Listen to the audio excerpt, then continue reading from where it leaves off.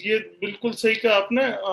एक चीज और इस मतलब सारी बातों से, इस हिंसा को लेकर के, इनकी चुप्पियों को लेकर के एक चीज और सामने निकल कर के आई कि बंगाल में जो ये हिंसा हुई, सीमावर्ती जिलों में जो हिंसा हुई है और पूरे राज्य में जो हिंसा हुई है, वहां से एक बहुत बड़ी संख्या में पलायन हुआ है।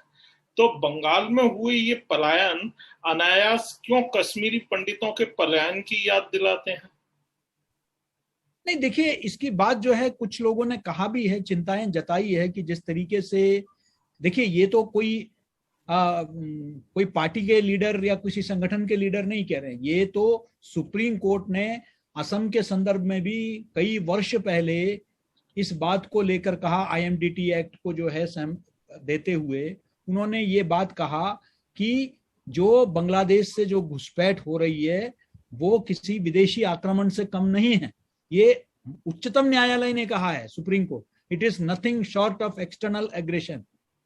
तो ये तो एक बड़ा मुद्दा है कि बांग्लादेश से बहुत बड़े तादाद में जो है पलायन हुआ है। वो उसको आप कोई भी कारण बताइए कि आर्थिक कारण है, जॉब के तलाश में आ रहे हैं, लेकिन ये एक हकीकत है कि बहुत बड़े संख्या में, और पूरा जो डेमोग्राफिक प्रोफाइल है, जो सरहदी जो भी जिले हैं, चाहे वो असम में हो, बंगाल में हो, उसमें बहुत बड़ा तब्दीली आपको दिखने को मिल रहा है। नेपाल से सटे हुए बॉर्डर में भी हर जगह जो है ये IB के रिपोर्ट्स, और ये सिर्फ इस सरकार के रहते हुए नहीं, UPA के सरकार के कार्यकाल में भी इस बात को जो है इंटेलिजेंस यूनिट्स ने, IB ने इस बात को, मुद्दे को उठाया है कि पूरे सरहद में जो है नए नए मदरसे बनाए जा रहे हैं पूरा एक योजना के तहत। इसका क्या कारण है, ये सब विषयों पर जो है, ये देखिए, इसमें कोई मजहब या ऐसा विषय नहीं है जिस तरीके से बनाने का प्रयास हुआ है। जैसे CAA के बारे में बनाया गया, CAA जो है वो कहीं भी जो है हमारे नागरिकों को लेकर नहीं था, हमारे जो मुस्लिम नागरिक है उनको लेकर नहीं था। वो विदेश में, पाकिस्तान में, अफगानिस्तान में जिन अकलियतों को, अकलियत वो भी सिर्फ हिंदुओं के लिए नहीं, अकलियतों को, अल्पसंख्यकों को जहां उन पर अत्याचार हो रहा है, उनको भारत में नागरिकता देने की बात कही थी। लेकिन क्या पूरा एक विमर्श खड़ा कर दिया गया, विमर्श ये खड़ा कर दिया गया कि हमारे यहाँ के जो मुस्लिम मत को मानने वाले हैं, मुस्लिम पंथ को मानने वाले हैं, उनको जो है उनके खिलाफ है। ऐसे ही हम यहाँ बांग्लादेशियों की बात कर रहे हैं, भारत के जो मुस्लिम बंधुओं के बारे में नहीं बात कर रहे हैं। और ये जो बांग्लादेशी हैं, इसमें ग्रेटर बांग्लादेश की भी बात हो रही है कि एक ऐसा एक योजना भी बन रही है। लेकिन इन विषयों पर चर्चा क्यों, इसको सेक्युलरिज्म से क्यों जोड़ रहे हैं? कोई भी देश अपने हितों को, अपने सरहदों को लेकर चिंतित है, और ये कोई मजहब के आधार पर नहीं है।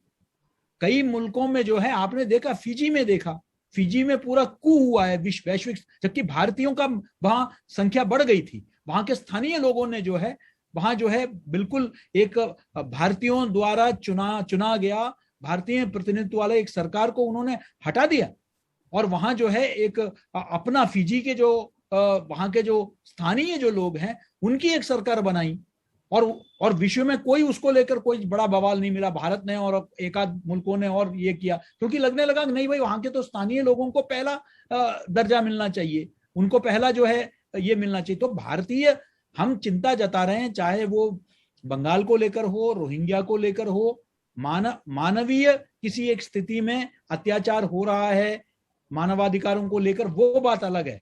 लेकिन हमारे खुद देश में जब युवा पीढ़ी बेरोजगारी से जूझ रहे हैं, बेरोजगारी एक बहुत बड़ी समस्या है, तो बाहर से आके लोग नौकरियां छीन लें, रोजगार के जो है अवसर छीन लें, और क्योंकि वो सस्ते में अपने आप को ऑफर करते हैं, अपना सेवाएं देते हैं, तो मुझे लगता है कि ये चिंता पूरे देश के आर्थिक विषयों को लेकर है। और ये इसलिए इसको एक मजहबी चश्मे से नहीं देखना चाहिए। सवाल मजहब का नहीं है, सवाल जो है ये देखना चाहिए कि अगर कोई आर्थिक दृष्टिकोण को लेकर, बांग्लादेश तो इस्लामिक मुल्क है, वहां तो उन पर कोई अत्याचार नहीं हो रहा है जिसके चलते वो पलायन कर रहे हैं, यहाँ वो आ रहे हैं यहाँ और नाजायज तरीके से आ रहे हैं, कोई पासपोर्ट और वीजा लेकर नहीं आ रहे हैं। तो इसको जो है ये चिंता का विषय जो है, वहां जो आबादी बढ़ती जा रही है, और ये जो आबादी जो बढ़ती जा रही है वो इतना नेचुरल प्राकृतिक जो ग्रोथ होता है आबादी का वैसा नहीं हुआ है। एक्सपोनेंशियल ग्रोथ जिसको कहते हैं कि बहुत बड़े संख्या में आबादी बढ़ी है, और ये बच्चे पैदा हुए हैं और बच्चे बड़े हुए हैं ऐसा नहीं हुआ है। ये एक बहुत ही स्वाभाविक जो है जिसको कहते हैं ग्रोथ नहीं है ये। तो जाहिर है कि बाहर से लोग आए हैं, वहां बस गए हैं और राजनीतिक कारणों से उनको संरक्षण मिला है। वोट बैंक के तौर पर उनका संरक्षण उनको मिला हुआ है, ये बिल्कुल स्पष्ट हो जाता है।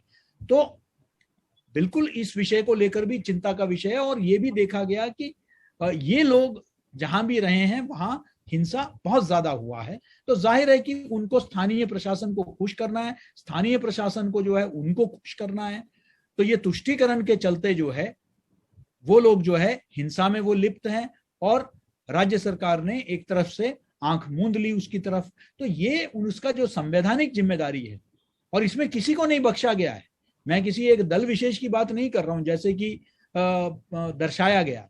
यहां किसी को, जिन्होंने भी इस वक्त जो सत्ताधारी दल है उसका विरोध किया, एक बिल्कुल एक जिसे मैं कहूंगा कि एक प्रतिकार भावना से चुन चुन के एक एक घर में जाके लोगों को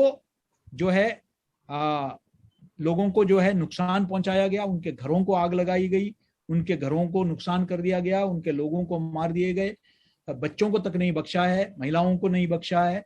तो ये एक लोकतंत्र में कम से कम किसी के लिए स्वीकार्य नहीं होना चाहिए, कोई भी दल क्यों ना करे।